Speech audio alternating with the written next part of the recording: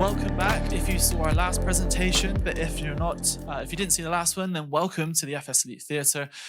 So we have another presentation, this time from the team at X-Plane. So what we'll do is exactly the same. They're going to give a nice presentation, and then hopefully we'll have some time for any questions at the end. But in the meantime, please put your hands together for Thompson and Philip from the X-Plane team.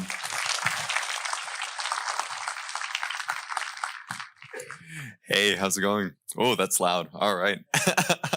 Hey, my name's Thompson. I'm from the X-Plane team, and we're really happy to be back in the Netherlands for FS Weekend. Nice to have this back on the calendar. If you haven't seen our stand already, we're over next to Navigraph, actually, in the room right on the other side of that wall. So we'd love to have you drop by and fly a little bit. But today, what I really want to talk about is X-Plane 12.1. This is our a really major release that we've been working on for the last few months, and we're getting pretty close to a public beta, so I figured we should talk about it some. So the main focus of 12.1 has been our graphics. We've spent a lot of time refining the lighting model in X-Plane, and also some features that weren't quite there yet in previous releases. Stuff like cloud shadows on the water are coming in 12.1. That's really fun. It's a great immersion, especially when you're flying low over a lake or in a seaplane.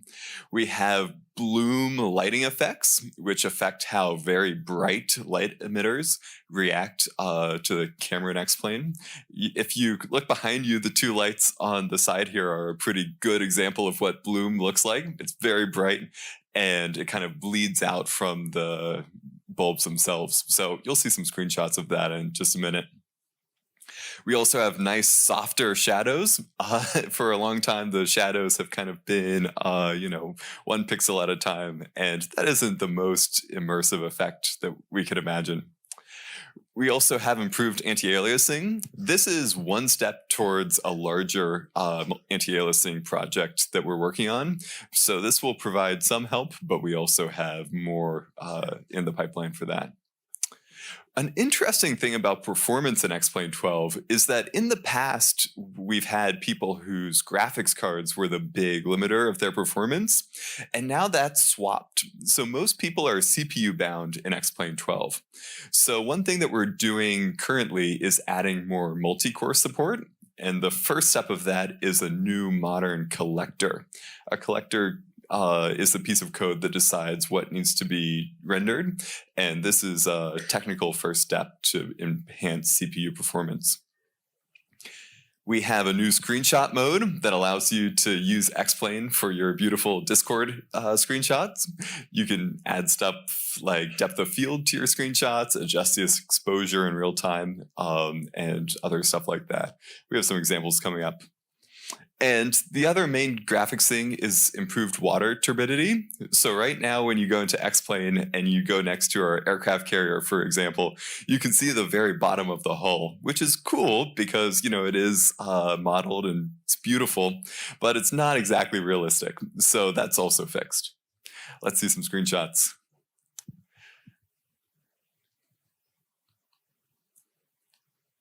You can see that the full look and feel of X-Plane is a little bit refined in this version, and in our opinion, a lot closer to reality.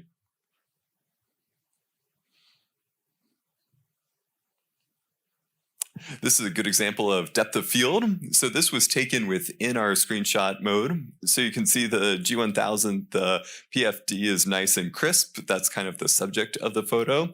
And then as you get over to the other side of the cockpit, it's a bit more out of focus and pretty. This is an example of the improved water rendering in X-Plane 12.1. This is actually with Ortho for XP. We've done a lot of work to make their new packages compatible with X-Plane 12, so you don't run into the same issues as the old V11 packs, where you couldn't really land on the water and enjoy the full feature set. Here's some of that bloom lighting that I was talking about. You can tell that the very bright emitters are kind of spilling out from just the bulb itself. That also happens with the sun in a lot of cases, so that will be a cool feature to experience. And of course, here's another airliners.com style photo made with our screenshot tool. So the background is blurred and just the aircraft is in focus. Next up is one of my favorite additions to 12.1. We have some new particle effects that are coming into the sim, some of which are refinements on stuff we've already been doing, and some are all new. So we have sparks from pavement collisions. So if you try to land without a gear, now you have a visual representation that might not be a very good idea. We have ground spray from aircraft wheels and engines. So when you land on a nice wet runway, perhaps in Amsterdam, you'll see that there's accumulation on the ground there. That looks very nice. The other thing is brown and whiteouts in powered lift aircraft. This is something that was new to me. I'm not a helicopter pilot, but seeing some of the training scenarios that this enables has really shown me it's important. I have a quick video on that for you guys. So this was a real life video that we took a few days ago in Burlington, Vermont after a snowfall, and it's an example of a whiteout. So you can see as the helicopter comes in for a landing, it's kicking up all this spray and blinding the pilot as a result. So this is a great feature that was actually first introduced in our X-Plane Professional version that will enhance the experience. We also do this for dust. So if you're landing off airport in a powered lift aircraft, you can expect to get some brownout effect as well. And of course, the sparks on a landing gear failure. And an example of how the screenshot tool. I'm not sure if they were playing GTA before this, but it wouldn't surprise me. On the weather side, we have a new real weather server. The provider that we get our real weather data from had some reorganization in the last couple of months that caused some outages. So all of that should be resolved now. We're also bringing better blending to the clouds in real weather. In the past, they've been kind of blocky and the transitions haven't been very smooth. So Ben, our main graphics dev, has spent a long time on that. And we also have less Minecraft clouds in general. So that's always a win. And here's Philip to talk about the aircraft systems a bit more. Right. Thank you. So I don't get to see a lot of particle effects if I'm doing my job right, because I work as a flight instructor and hopefully my students all have learned to put the gear down so I don't see the sparks flying. So what I've done in 12.1, I basically added a few things that I keep telling my students. For example, well, on the G1000, roll the cursor down to the airport you're going to, press enter to bring up the waypoint page with the weather report. Didn't work before in X-Plane 12. I added that so you get the real downloaded weather. I added the data link weather over ADS-B, so you get all the winds aloft for strategic planning, which altitude should I be at to get the most ground speed out of it. I added the satellite page so you can check for WAS coverage or run the rain prediction if your airplane doesn't have WAS. So basically, well, a lot of technical details, but something that I need my students to know to pass their instrument rating. So I added to X-Plane 12.1 what my students need to know to pass their instrument rating. We have quite a few additions on the SDK side for developers who want to build on top of our existing instruments. So they add stuff to our instruments that we don't have, and we have an API for that now and more data refs for the developers so they can really build more stuff. The ST360 stuff, it's in X-Plane 12.1, but we don't have an aircraft yet. An aircraft that uses all of that will come with another update. There's a few updates to the ice and de-ice systems, which look really good. So you can really see ice effects building on the windshield as you fly through a cloud. It's synchronized with the cloud, so it knows how wet the cloud is, how cold it is, whether the ice builds, and what type of anti-icing system you have on the plane to get rid of the ice. We have a few screenshots on the next one. Which one is the forward button? That one. Yeah. Exact. Oh, storm scope. So interacts with the real weather system. Every little lightning flash you see there is an actual flash that you saw hit the ground, that you would have seen looking out the window. And this way you can plan your path through an upcoming thunderstorm, where it would be safe to go, where the lightning activity is less. And that is an example of how window heat works if you only have like a blower of hot air. And if you leave that running for a few more minutes, then it'll be able to thaw the whole windshield. I think you're... Yeah, so a lot of this development is focused on third parties. So yes, it'll go into our own default aircraft, like I believe this is our King Air, but we're also opening it up to the developers of your favorite add-ons so that they can bake these features directly into their models as well. That's also a lot of the glass cockpit via plugin stuff we've been working on. That's to make it easier for developers to add their own custom avionics and make it even better.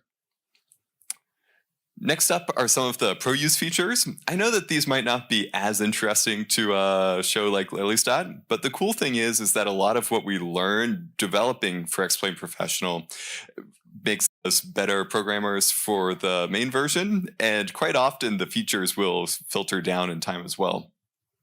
So one thing that is in that category, it's open to everyone, is X-Plane Control Pad on iOS. So if you have an iPhone or an iPad that you want to fly with, now you can set the weather, set the location of the aircraft, fail any data ref that you want within the iPad itself. So no looking around in the menus or anything of that sort.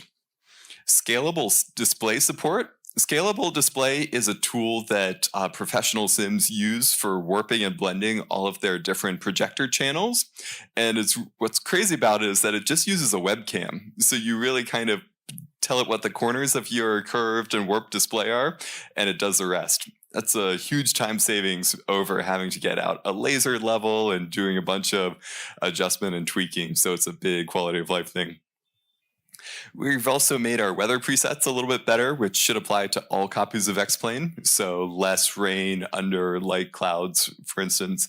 That was a big bug that annoyed me. And the ability to run the sim without all the default aircraft. So if you have aircraft that you never fly, that are still default, that you just want to get rid of to free up some hard drive space, that should now be possible for you as well. As far as some other developments that we've been up to, if you haven't been to xplane.com recently, you'll see that there is a brand new look and feel there to match our new branding. It's really slick. We're a big fan of it. So you should go check that out. Our Airbus A330 is now on the mobile app. So all of our subscribers or people who want to buy just that aircraft can now take that around our world, including in massive multiplayer. So that's pretty exciting. We have an official Discord server that's growing quite fast, which is a lot of fun. If you aren't a member yet, the link to join is on the next slide. We'd love to have you. It's always a really good discussion there. A few weeks ago, we announced our X-Plane store, which is in active development. Our plan is to release it in Q3 of this year.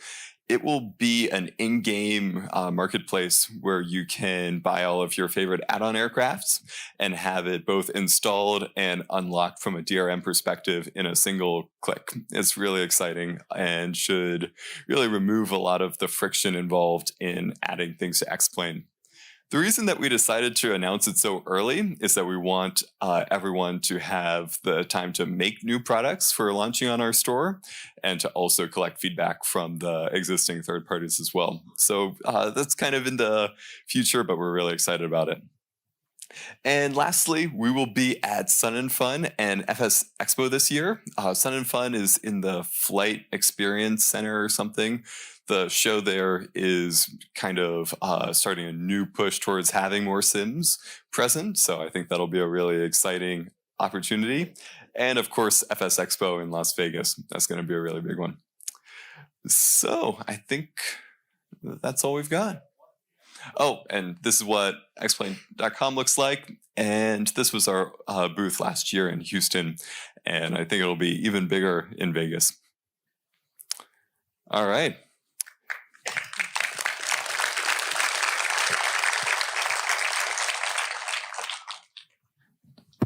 There we are. Thank you very much. So yeah, we do have some time for some questions. So if you have questions for Thompson or Philip from X-Plane, please put your hands up and we'll try and get to you. Gentleman here. Yeah, right now we don't have any VR features on the very next up. We're looking at some ways to make that a little bit nicer to use, but we don't have a really internal consensus on what the next push will be. Fabulous. Yes.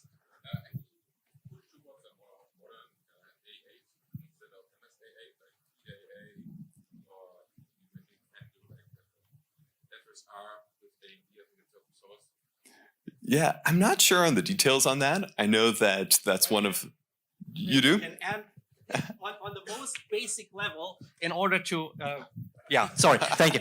I get two of my, I can talk in stereo. So on the most basic level, for this to work really well, your engine needs to support motion vectors, so that you know, okay, in the next frame, this bit is going to be here, so that you can already like pre-compute where it's going to be in the next frame. And X-Plane right now doesn't do this, but as a part of the restructuring that started with the modern collector that we had on the slide, Sydney and Ben are going through the engine to make this possible. But yeah, it doesn't make sense to start like FSR or something like that before you have motion vectors. So yes and no, it's not just around the corner, but our team is looking at ways to modernize that. Any other questions?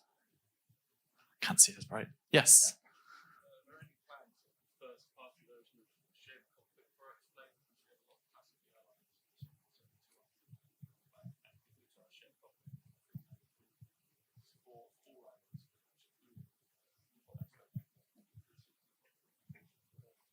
Yeah, that's not something that we're working on internally right now. So the question... yeah, the question was about shared cockpit plans for X-Plane. So that's not something we're working on internally. I think that the shared flight guys have been making a lot of progress for that on their side, but it's not one of our next initiatives, no. Fabulous. We have time for one more question. Yes. So the question was on development of VR? Yeah, so for the most part, we don't have any headliner VR features in the pipeline. We're still working on finding some consensus on what would be the most valuable next step for us. So yeah, that's where we're at on that. Fantastic. Thank you so much, Thompson. Yeah, thank you, Philip. Thanks for having us. So you will find them at the X-Plane booth area in the other room. Yep. But yeah, if you have any other questions, please go see them. Yeah, and you can stop by and try 12.1. We'd love to have you. Thank you. Yeah.